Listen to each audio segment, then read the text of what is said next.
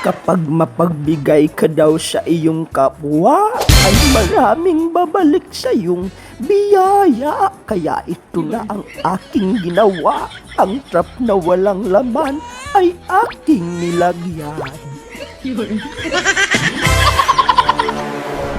Welcome back na naman mga apo sa panibago nating kwento. At ito nakakita tayo gumagapang patay kang ayan tinamaan natin.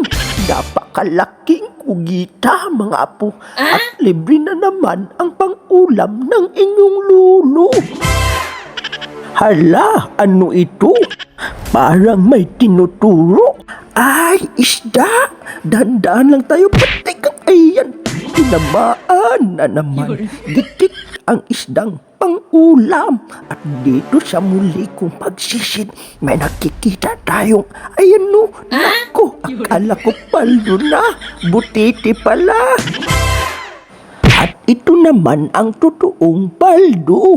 Dahil may nakikita tayo, ayan no, masarap ngunit ipinagbabawal na biyaya.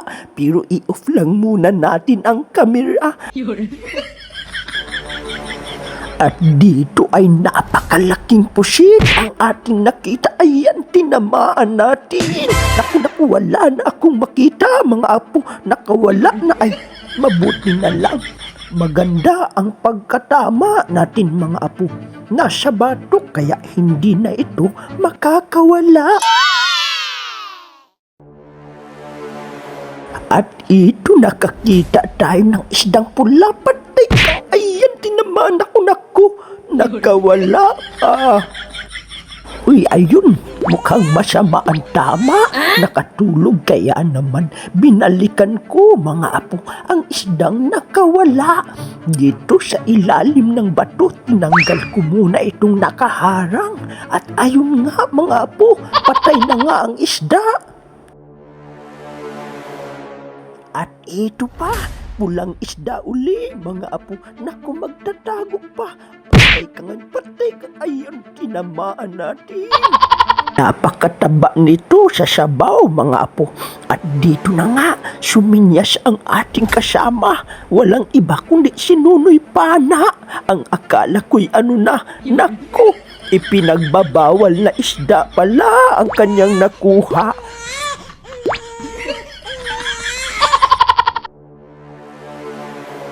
Pagkatapos dito, aakalain mo talaga walang isda. Ayan o, patay kang tinamaan natin.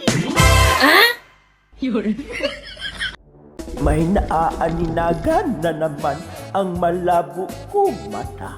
Ano ito? Bato? Ay, pugita pala. Ay, naku, tumakas na.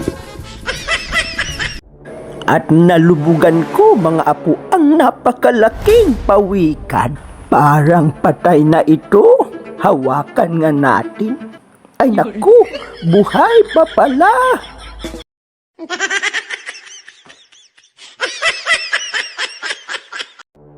Para sa'yo naman ang isdang ito, apo. Leon Nidoy from Rosario, La Union, Butiti. Akala ko paldo na. Ayun, naku, tumakas na.